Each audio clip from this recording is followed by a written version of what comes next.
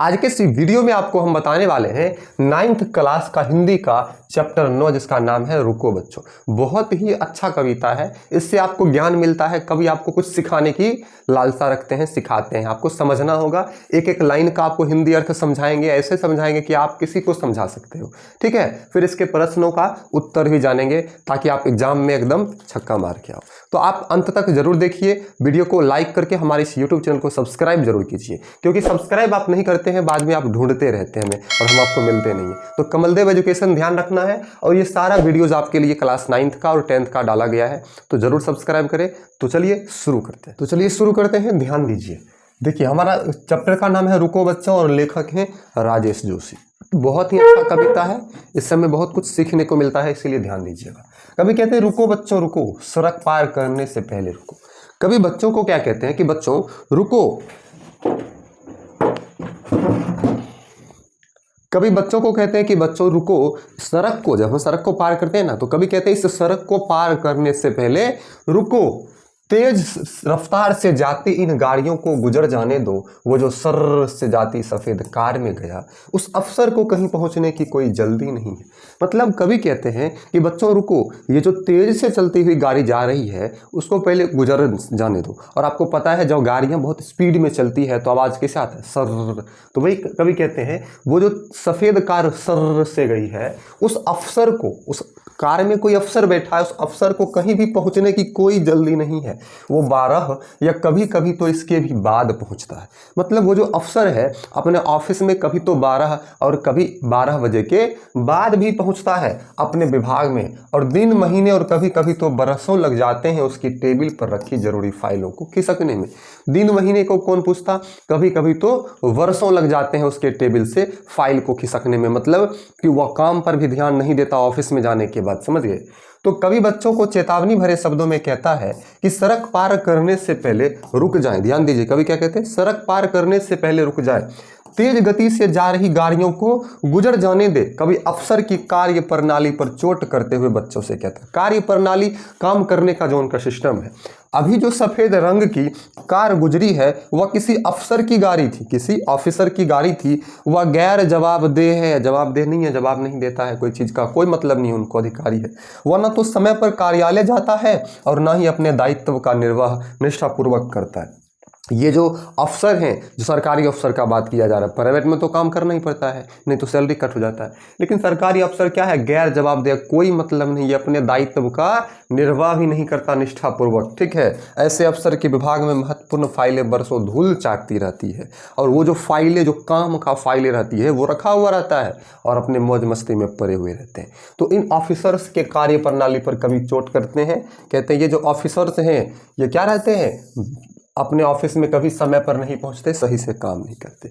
अगला पंक्ति हमारा ध्यान दीजिएगा। कभी कहते हैं रुको बच्चों, उस न्यायाधीश को कार को निकल जाने दो। न्यायाधीश को इंग्लिश में जज कहते हैं। तो जज जो होते हैं, जज साहब कोर्ट में फैसला सुनाते हैं, आपको पता है। तो उस जज की कार को गुजर जाने दो। कौन पूछ सकता है उससे कि तुम जो चलते हो इतनी तेज कार में, कितने मुकदमे लंबित है तुम्हारी अदालत में, कितने साल से। कभी कहते हैं कि उस जज से कौन पूछ सकता है, क्योंकि वो तो जज हैं, और इतनी तेज से कार में चलते हो और मुकदमा कितना लंबित है अदालत में, उतना लंबा, उतना स्पीड में उस मुकदमा को क्यों नहीं खींचते हो, क्यों नहीं स्पीड में फैसला सुनाते हो। तो वही कभी जज पर चोट करते हैं। कहा जाता है कि न्याय में देरी न्याय की अवहेलना है। बात सही है, न्याय में देरी न्याय की अवहेलना है। अब कोई व्यक्ति को पकड़ लिया गया, उस पर मुकदमा चला दिया गया, और 2 साल बाद अगर झूठा मुकदमा साबित हो तो 2 साल तो बेचारा जेल में रहा, तो अवहेलना है। लेकिन नारा लगाने या सेमिनारों में बोलने के लिए होते हैं ऐसे वाक्य। कई बार तो पेशी दर पेशी, चक्कर पर चक्कर काटते ऊपर की अदालत तक पहुंच जाता है आदमी और नहीं हो पाता है इनकी अदालत का फैसला। अब कवि का यह तात्पर्य क्या है कि चक्कर काटते काटते अदालत जाते जाते ऊपर, मतलब ईश्वर भगवान की अदालत में पहुंच जाता है, लेकिन नीचे की अदालत में फैसला ही नहीं होता है। मतलब जाते जाते, आप लोग सुने होइएगा, सनी देओल का डायलॉग है, तारीख पे तारीख, तारीख पे तारीख, और केस मुकदमा सही नहीं होता। तो कभी बच्चों को न्यायाधीश के कार्यकलाप पर प्रश्न चिन्ह लगाते हुए कहता है कि ये न्याय करता है, ये इतने जिम्मेदार हैं कि इनकी अदालत में मुकदमा फैसला की प्रतीक्षा में वर्षों स्थगित रहते हैं, रुका हुआ रहता है, तथा जनता की हाजिरी चलती रहती है, पहुंचते रहते हैं।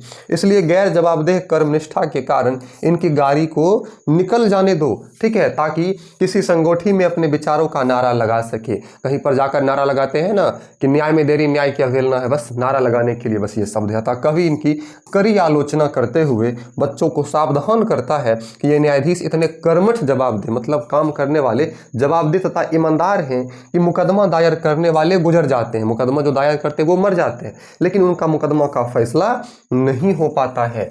तो सोच लीजिए कितना गैर जवाबदेह होते हैं ये लोग, जो अपने काम को समय से और सही से जवाबदेही से नहीं करता है। अगला पंक्ति कवि कहते हैं, रुको बच्चों, सड़क पार करने से पहले रुको, उस पुलिस अफसर की बात तो बिल्कुल मत करो। अब पहले ऑफिसर्स पर कवि आए, उसके बाद जज पर, अब पुलिस ऑफिसर की। आपको तो पता होगा पुलिस ऑफिसर का नाम किस नाम से जाना जाता है, ठीक है। तो उस पुलिस अफसर की बात मत करो, वो पैदल चले या कार में तेज चाल से चलना उसके प्रशिक्षण का हिस्सा है। पुलिस हमेशा क्या चलता है, तेज ही चलता है। तो वह पैदल चले या कार में चले, हमेशा चलेगा तो तेज में ही, क्योंकि उसे तेज चलना ही उसका प्रशिक्षण का हिस्सा है। यह और बात है, जहां घटना घटती है वहां पहुंचता हुआ सबसे बाद में। आपको पता है पुलिस का क्या सिस्टम होता है, जहां घटना घटती है उसके बाद ही वह पहुंचता है। तो कभी बच्चों को पुलिस विभाग की खामियों की ओर ध्यान आकृष्ट करता है, दिखाता हुआ कहता है कि पुलिस इतनी भ्रष्ट है कि वह किसी घटना के बाद ही घटना स्थल पर पहुंचती है। अब सोच लीजिए कितना भ्रष्ट है, चाहे वह पैदल चले अथवा कार से। असामाजिक तत्वों को पुलिस के साथ साठ गांठ रहती है। असामाजिक तत्व वही चोर डकैत गुंडा बदमाश जो रहता है, उस सब का पुलिस से मेल मिलाप हफ्ता चलता है, आपको पता ही होगा। और ये कवि कह रहे हैं, ये मैं नहीं कह रहा हूं, ठीक है। इसलिए इनके संबंध में कुछ भी सोचना व्यर्थ है, बेकार है। मतलब कि पुलिस विभाग के भ्रष्टाचार के कारण ही चोरी डकैती आदि होती है। अगर पुलिस चाह ले तो समाज में कोई समस्या ही नहीं होगी, लेकिन वो खुद चोर है तो दूसरे चोर क्या करेंगे। आपको पता ही है, सिस्टम चलाने वाले नेता ही जब चोर हो जाएंगे तो असली चोर है बेचारा, वो क्या करेंगे। अगला पंक्ति है, कवि कहते हैं, रुको बच्चों रुको, सायरन बजाती इस गाड़ी के पीछे पीछे पहुंच, तेज गति से आ रही होगी किसी मंत्री की कार। अब कवि मंत्री पर, क्योंकि सायरन बजाते हुए तेज जब गाड़ी चलती है तो उसके पीछे मंत्री जी का कार आता है, तो वही कवि कहते हैं, आ रही होगी किसी मंत्री जी का कार। नहीं नहीं, उसे कहीं पहुंचने की जल्दी नहीं है। मंत्री जी को कहीं भी पहुंचने की जल्दी नहीं है, उसे तो अपनी तोंद के साथ कुर्सी से उठने में लग जाते हैं कई मिनट। कवि कहते हैं नेताजी का पेट इतना निकला हुआ रहता है कि कुर्सी से उठने में कई मिनट लग जाते हैं, उनको कहीं जाने की कोई जल्दी नहीं है। उसकी गाड़ी तो एक भय में भागी जाती है, इतने तेज सुरक्षा को अंधी रफ्तार की दरकार है। अब देखिए उनकी गाड़ी जो है डर से भागी जाती है, क्योंकि तेज से भागेगी, क्योंकि उनको एक सुरक्षा का दरकिनार है, मतलब सुरक्षा। अब देखिए नेताजी हैं तो आपको पता है उनका सुरक्षा होना चाहिए, आराम से चलेंगे, आतंकवादी हमला कर देगा, तो इस डर से तेजी से चलते हैं, दरकार है। रुको बच्चों, इन्हें गुजर जाने दो, इन्हें जल्दी जाना है, क्योंकि इन्हें कहीं नहीं पहुंचना है। अब कभी कहते हैं कि बच्चों रुको, इन नेताओं को, पुलिस को, इन जज साहब को, इन ऑफिसर्स को जल्दी जाने दो, क्योंकि इन्हें कहीं पहुंचने की कोई जल्दी नहीं है, इसीलिए इन्हें गुजर जाने दो। तो देखिए कभी बच्चों को अब समझा दिया, आपको फिर से समझिएगा। राजनेताओं के भ्रष्ट आचरण की ओर ध्यान आकृष्ट करते हुए कहता है कि जब ये कहीं चलते हैं तो इनके आगे पुलिस की गाड़ी होती, नेता के आगे, जो सायरन बजाती हुई तेज गति से गुजरती है। इन्हें कहीं पहुंचने की कोई जल्दी नहीं होती, बल्कि जनता का हक डकारने के कारण सदा भयभीत रहते हैं। जनता के हक को खा जाते हैं ये नेता और हमेशा डरे रहते हैं। इसलिए पुलिस की गाड़ी पीछे तेज गति से भागती इनकी गाड़ी नजर आती है। इसी कारण कवि बच्चों को रुक जाने को कहता है, और बच्चे, ताकि देश के भविष्य से ये बच्चे अंधी रफ्तार में दब कुचल ना जाए, क्योंकि आपको पता है बच्चे देश के भविष्य होते हैं, और इन नेताओं, अफसरों और पुलिस अफसरों के गाड़ी के नीचे कुचल ना जाए भविष्य, अर्थात ये भी दूषित आचरण के ना हो जाए, इनका भी आचरण खराब ना हो जाए। इसलिए कभी इन्हीं अंधी दौड़ का हिस्सा ना बनने की सलाह देता है कि इस प्रकार से अंधी दौड़ का हिस्सा बिल्कुल ना बनिए, ईमानदार रहिएगा, आगे बढ़िएगा, और देश भी हमारा आगे बढ़ेगा, भारत माता भी आगे बढ़ेगा। ठीक है, चलिए आपका चैप्टर खत्म हुआ, तो लाइक इसी बात पर आप लोग कर लीजिए, और सब्सक्राइब इसलिए कर लीजिए क्योंकि आपको पता है आपके लिए कितना इंपॉर्टेंट वीडियो हम लाया करते हैं। तो चलिए प्रश्न उत्तर आपको देख लेते। देखिए, कविता की अब कवि कहते हैं कविता की पहली दो पंक्तियों को पढ़ने तथा विचार करने से आपके मन मस्तिष्क में जो चित्र उभरता है उसे व्यक्त कीजिए। तो आप इसको अपने मन से भी उत्तर दे सकते हैं। तो हमारा जो उत्तर है, रुको बच्चों रुको, सड़क पार करने से पहले रुको। प्रस्तुत पंक्तियों में कवि बच्चों जो भारत के भविष्य हैं उन्हें सड़क पार करने से पहले रोक रहे हैं। कहने का भाव यह है कि भारतीय शासन व्यवस्था के प्रति कवि का विचार तीखापन है, मतलब व्यवस्था ठीक नहीं है, भाव लिए हुए हैं। अतः बच्चों के माध्यम से सड़क की स्थिति, उस पर गुजरती हुई तेज रफ्तार में गाड़ियों की ओर ध्यान आकृष्ट करते हुए उनकी विसंगतियों पर भाव केंद्रित करते हैं।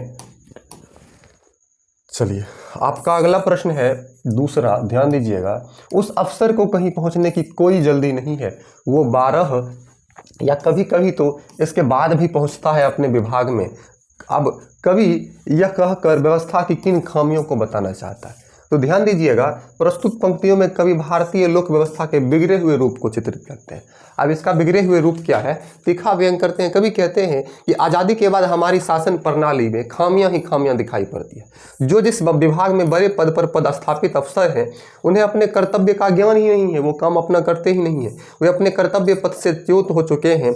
समय कार्यपालिका पहुंचते नहीं है, समय पर कार्य जहां पर होता है वहां कार्यालय नहीं पहुंचते। कभी भी 12 बजे के पूर्व कार्यस्थल पर नहीं पहुंचते। इनकी लापरवाही और कर्ता से सारा देश अराजक स्थिति में जीने को विवश है, परेशान है। प्रगति के सारे कार्यक्रम ठप हैं, विकास की जगह भ्रष्टाचार का बोलबाला है। इनकी टेबल पर रखी हुई काम की फाइलें धूल फेंक रही है, कार्य निष्पादन में दिनों महीने बरस लग जाते हैं। धीमी गति से इनकी कार्यशैली से राष्ट्रपतन की ओर जाता है। आपको पता है, काम ये लोग मन से नहीं करेंगे तो हमारा देश पीछे की ओर जाएगा, ठीक है। इसीलिए हमें इन अफसरों पर ध्यान देना चाहिए जो ईमानदारी से अपना काम समय से नहीं करता है। आगे तीसरा है, न्याय व्यवस्था पर कवि के द्वारा की गई टिप्पणी पर आपकी प्रतिक्रिया क्या है? देखिए, रुको बच्चों शीर्षक कविता में राजेश जोशी ने न्याय व्यवस्था पर करारा चोट किया है। भारतीय न्यायपालिका का जो चरित्र है वह काफ़ी दुखद और चिंतनीय है। ऐसी व्यवस्था है। कवि कहते हैं कि रुको बच्चों रुको, उस न्यायाधीश की कार को निकल जाने दो, जो न्यायाधीश है उनकी कार को निकल जाने दो। किसकी है हिम्मत जो इन न्यायाधीशों से प्रश्न कर सके कि जितनी तेज रफ्तार से आप कार चला रहे हैं उतनी रफ्तार में न्याय कार्य क्यों नहीं संपन्न होता? जितनी तेज रफ्तार में आप कार चला रहे हैं उतनी तेज रफ्तार में न्याय का काम क्यों नहीं होता? जनता के बीच नारा उछल जाता है कि न्याय में देरी होने से असंतोष बढ़ता है, जबकि न्याय व्यवस्था ठीक उसके उल्टा है। यहाँ केवल बोलने के लिए नारा, सेमिनार चाहे भाषण में जोर जोर से उछाला जाता है, जबकि प्रयोग में उसे अमली नहीं बनाया जाता है, ठीक है। तो सिर्फ बोलने के लिए ये बातें होती है, इसीलिए कभी इन पर चोट करते हैं न्यायाधीश व्यवस्था पर। देखिए, चौथा क्वेश्चन है, तेज चाल से चलना किसके प्रशिक्षण का हिस्सा है और क्यों? ठीक है, रुको बच्चों कविता राजेश जोशी द्वारा रचित है। इस कविता में व्यंग कवि ने लोकतंत्र के शासन व्यवस्था पर करारा प्रहार किया। अब लोकतंत्र शासन व्यवस्था पर कभी करारा प्रहार किया है। इस कविता में तेज चाल से चलना पुलिस अफसर के प्रशिक्षण से जुड़ा हुआ। पुलिस अफसर को तेज इसीलिए चलना सिखाया जाता है ताकि चोर गुंडा बदमाश को जल्दी पकड़ सके। भारतीय पुलिस प्रशासन का चेहरा साफ सुथरा नहीं है, सभी जगह सभी स्टेट में, ठीक है, धूमिल है। इस विभाग का निर्माण सुरक्षा और शांति स्थापना के लिए हुआ था, किंतु आज उनके कर्म में विसंगतियां पाई जाती है, बेकार सी हो गई है। पुलिस अफसर पैदल चले चाहे कार में, उनके चलने में धीमापन दिखता है। वे ऐसा चलते हैं कि उनके चाल ढाल से एक प्रकार का रोब दाब और भय प्रकट होता है। ये भारतीय नागरिकों के पहरुआ के रूप में दिखकर शोषक और अत्याचारी के रूप में दिखाई पड़ते हैं। ये पहरेदार नहीं है, ये शोषण भी करते हैं, आपसे घूस मांगेंगे, लूटेंगे। इनका सैलरी हजारों में रहता है, लाखों में रहता है। सड़क पर खड़ा होकर प्रत्येक बाइक वाले से 10-50 रुपये भीख के रूप में ऐसे ऐसे अफसर मांगते हैं और इनको शर्म भी नहीं आती है, ठीक है। तो ऐसे ऐसे अफसर से सावधान रहने के लिए कवि कहते हैं, ठीक है। और ये मैं नहीं, ये कवि कह रहे हैं, ठीक है। तो ध्यान दीजिए, इनको खुद सोचना चाहिए कि हम ऐसा करते क्यों हैं। ये सब ऐसे काम करते, ईमानदारी से काम करेंगे तो हमारा देश बहुत आगे बढ़ेगा, दुनिया में हमारे देश का नाम होगा। अगला क्वेश्चन है, मंत्री कार के आगे आगे सायरन क्यों बजाया जाता है? मंत्री के कार के आगे सायरन क्यों बजाया जाता है? ध्यान दीजिएगा, मंत्री की कार के आगे आगे सायरन बजाने के पीछे भय की आशंका रहती है, डर की आशंका। राजेश जोशी ने मंत्री के चरित्र का चित्रण करते हुए उनकी कार्यशैली पर तीखा व्यंग किया है। कवि कहता है कि भय से उनकी गाड़ी तेज रफ्तार से भाग जाती है, डर से, और आगे आगे सायरन सबको सचेत और सड़क छोड़कर दूर रहने की ओर संकेत करता है। और आगे आगे जो सायरन बजता है वो सबको उस सड़क से दूर रहने की चेतना देता है, सचेत करता है कि मंत्री जी आ रहे हैं, मंत्री जी डरे हुए हैं, इसीलिए, समझ गए, इसीलिए आपको डरना है। ठीक है, चलिए, तो आज के इस वीडियो में हमने आपको ये जो क्लास 9th का हिंदी है पद खंड, जिसका चैप्टर 9 जिसका नाम है रुको बच्चों, ठीक है, तो इसी वीडियो में आपको हमने इसका अर्थ और प्रश्न उत्तर बताया। वीडियो अच्छी लगी तो वीडियो को लाइक करके हमारे इस यूट्यूब चैनल को सब्सक्राइब जरूर कीजिए। थैंक यू, मिलते हैं नेक्स्ट वीडियो में, धन्यवाद।